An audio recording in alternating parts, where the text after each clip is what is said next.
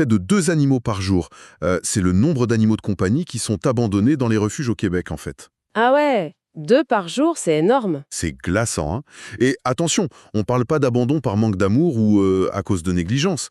Non, c'est le sacrifice quotidien qu'on exige pour une seule chose. Le fameux droit de signer un bail de location, j'imagine? Exactement. Et ce chiffre percutant, il vient d'un communiqué de presse tout récent de mars 2026, publié par la SPCA de Montréal. Ouais, ça illustre vraiment la collision frontale qu'on vit en ce moment dans notre société. C'est clair. D'un côté, on a le droit de propriété, un truc froid, mathématique, avec ses loyers, ses cautions, ses règles super strictes. Et de l'autre, la place centrale que les animaux ont prise dans nos foyers modernes. C'est devenu hyper intime, très émotionnel. Bah oui, quiconque a déjà cherché un appartement avec un chien ou un chat connaît cette angoisse. On fait défiler les annonces sur les sites immobiliers, on trouve le logement idéal, et là, Tout en bas, en tout petit caractère, le couperet tombe. Animaux strictement interdits. c'est exactement ça. C'est l'objectif de notre exploration en profondeur d'aujourd'hui, en fait. On a une mission très claire. Oui, démystifier ce labyrinthe juridique de la location avec des animaux. Et pour ça, on va croiser les cadres légaux de la France, de la Belgique et du Québec. On s'est plongé dans un tas de sources pour préparer cette analyse. Des articles juridiques de Bien ici, Bail facile, Immovelant. On a aussi regardé du côté des plateformes de vulgarisation du droit comme Éducalois ou Droit quotidien, sans oublier les documents officiels sur justice.fr. Où la loi a pris parti de manière catégorique depuis des décennies. La France. Oui, la France, c'est vraiment le cas d'école par excellence pour ce sujet. C'est une approche extrêmement protectrice. C'est un peu le pass VIP pour les animaux, quoi. La loi du 9 juillet 1970. Son fameux article 10, qui est très clair. Ouais. Il dit que, dans un bail de résidence principale, toute clause interdisant la détention d'un animal familier est réputée non écrite. Ce qui est fascinant ici, c'est cette expression réputée non écrite. C'est un outil juridique redoutable. Ça veut dire quoi concrètement pour le locataire? Ça signifie que le propriétaire, lui, il a tout à fait le droit physique d'imprimer cette interdiction en lettres majuscules sur le contrat, hein. D'accord. Le locataire peut même signer ce contrat de bonne foi. Mais devant un juge, cette ligne d'encre s'évapore complètement. Elle n'a aucune existence légale. Ah, carrément. Donc le juge fait comme si la phrase n'était même pas sur le papier. Exactement. Le législateur français des années 70 avait déjà anticipé cette transition sociologique. L'animal n'était plus juste un outil rural, c'était devenu un compagnon urbain. Mais j'ai vu dans nos sources qu'il y a quand même des exceptions. Ce pass VIP n'est pas absolu, n'est-ce pas Ben? Non, bien sûr. Le système n'est pas aveugle. Il y a des digues très précises, notamment pour les locations saisonnières. Ah oui, les Airbnb ou les locations de vacances. Là, le propriétaire peut interdire. Tout à fait, la rotation rapide des locataires justifie cette interdiction. Mais la vraie limite absolue, c'est la sécurité physique. Tu parles des chiens d'enjeu, là. Ouais, le code rural français est super strict là-dessus.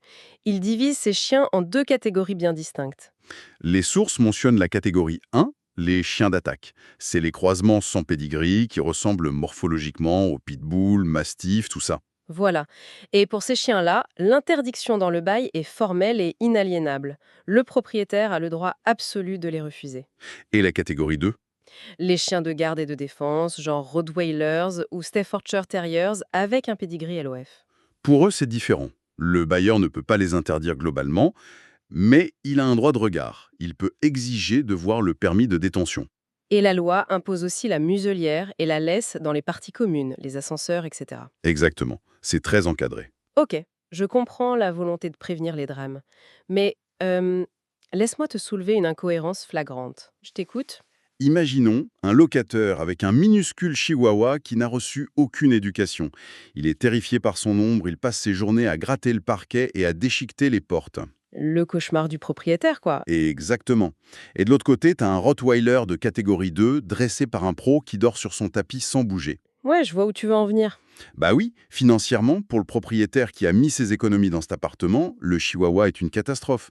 Pourquoi la loi s'acharne sur la génétique et pas sur l'éducation? Ah, mais parce que le législateur, il s'en fiche un peu de votre parquet, en fait. Ce qui l'intéresse, c'est le code pénal et l'intégrité corporelle. Ah, donc c'est vraiment une séparation stricte entre matériel et physique. Totalement. Une porte détruite par un petit chien mal éduqué, ça relève du droit civil. C'est un préjudice financier. Ça se règle à l'état des lieux de sortie, avec la caution. Voilà. Mais une morsure infligée par une mâchoire qui a une pression de plusieurs centaines de kilos, ça, c'est le droit pénal. Donc la France protège le droit d'avoir un animal pour son équilibre moral, mais l'État reprend le contrôle dès qu'il y a un risque vital. C'est exactement la logique, oui. D'accord. Donc, on a cette règle nationale super uniforme en France, mais si on regarde comment d'autres pays gèrent ça, on se rend compte que c'est pas la seule voie. Ah ça non. Si on traverse la frontière vers la Belgique, c'est un autre monde. Oui, le droit du logement en Belgique est régionalisé, on abandonne le t-shirt taille unique de la France pour passer au sur-mesure. C'est un patchwork assez fascinant. La géographie dicte carrément la tolérance. Commençons par Bruxelles. Apparemment, la législation a basculé très récemment, n'est-ce pas? Oui, depuis le 1er novembre 2024. C'est tout frais. À Bruxelles, c'est devenu strictement illégal d'interdire un animal de compagnie de façon absolue. Donc le bailleur bruxellois a perdu son pouvoir d'interdiction totale. Exactement. Il ne peut imposer que ce que la loi appelle des conditions raisonnables. Genre limiter le nombre d'animaux si le logement est minuscule. Voilà. Si tu loues un studio de 20 mètres carrés, le bailleur peut dire non à 4 grands chiens. Ou bien interdire l'animal s'il montre une agressivité évidente. Et juste à côté, en Wallonie, la loi est beaucoup plus, comment dire, nuancée. Très nuancé, oui. Un propriétaire wallon peut interdire un animal, mais attention, cette interdiction doit être justifiée et ne pas être excessive. Les sources, notamment Droit quotidien, donnaient un exemple assez drôle là-dessus. Ah oui, l'histoire du parquet, vas-y raconte. En gros, interdire un chien dans un appartement recouvert d'un parquet fragile, un juge pourrait dire que c'est justifié. Mais y interdire un poisson rouge, Ce serait considéré comme totalement abusif. c'est fou, non? L'illégalité de posséder un animal dépend du matériau posé sur le sol de ton salon. C'est très subjectif, oui. Mais attends, comment un juge de paix peut déterminer de manière objective que 3 chiens, c'est trop pour un appartement de 50 mètres carrés? Ça me paraît hyper arbitraire. Si l'on relie ça au contexte global du droit belge, tout s'appuie sur un concept juridique très ancien, Lequel? le bon père de famille. En gros, agir en personne prudente et raisonnable. Le juge fait vraiment du cas par cas. Il regarde la taille du logement, la race du chien. Exactement. La Belgique essaye de créer un équilibre sur mesure au lieu d'imposer un droit absolu. Et pour les dommages, selon Immouvlan, tout repose sur la preuve à la sortie. L'état des lieux, donc. Oui. Si ton chien a abîmé un truc, mais que tu répares ça toi-même dans les règles de l'art avant de rendre les clés, le propriétaire ne peut pas exiger de dommages et intérêts. C'est fascinant.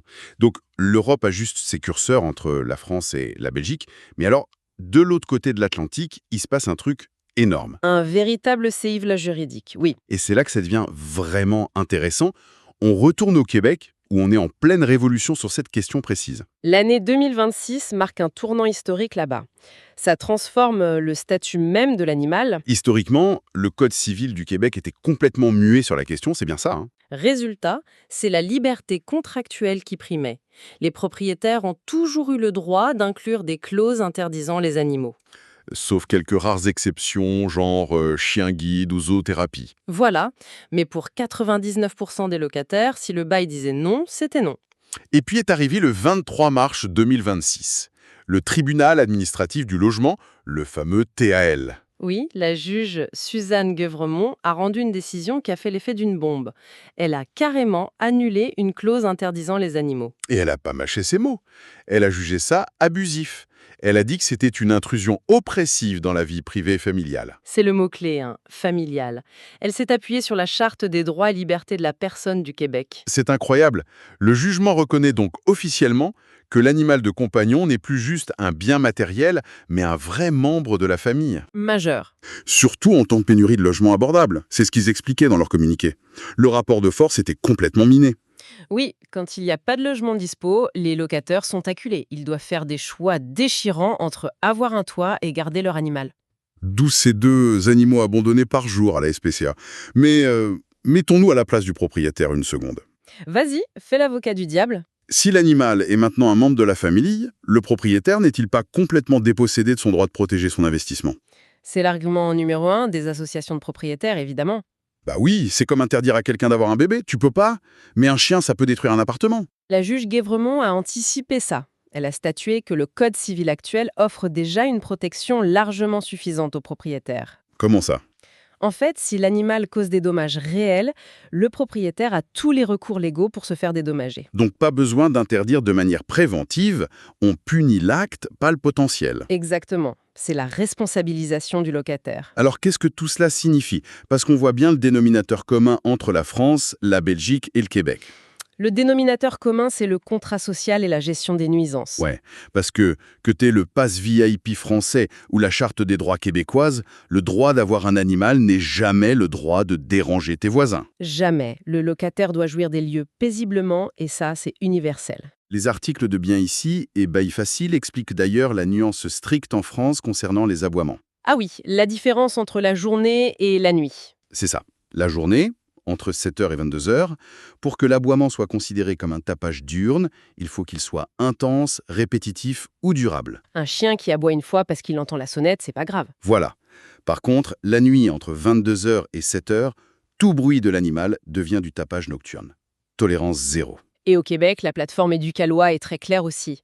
L'obligation de salubrité est stricte. Ouais, la gestion de l'hygiène, la litière du chat, si ça pue dans le couloir, le proprio peut agir. Et s'il y a un préjudice sérieux, genre des dommages au cadre de fenêtre ou des contacts non désirés avec les voisins, Le bailleur peut demander la résiliation du bail, carrément. cela soulève une question importante sur la manière dont les propriétaires peuvent concrètement agir. C'est peu automatique, si, hein. Non, il y a des étapes. D'abord une mise en demeure, ensuite s'il y a une clause résolutoire, on peut l'activer.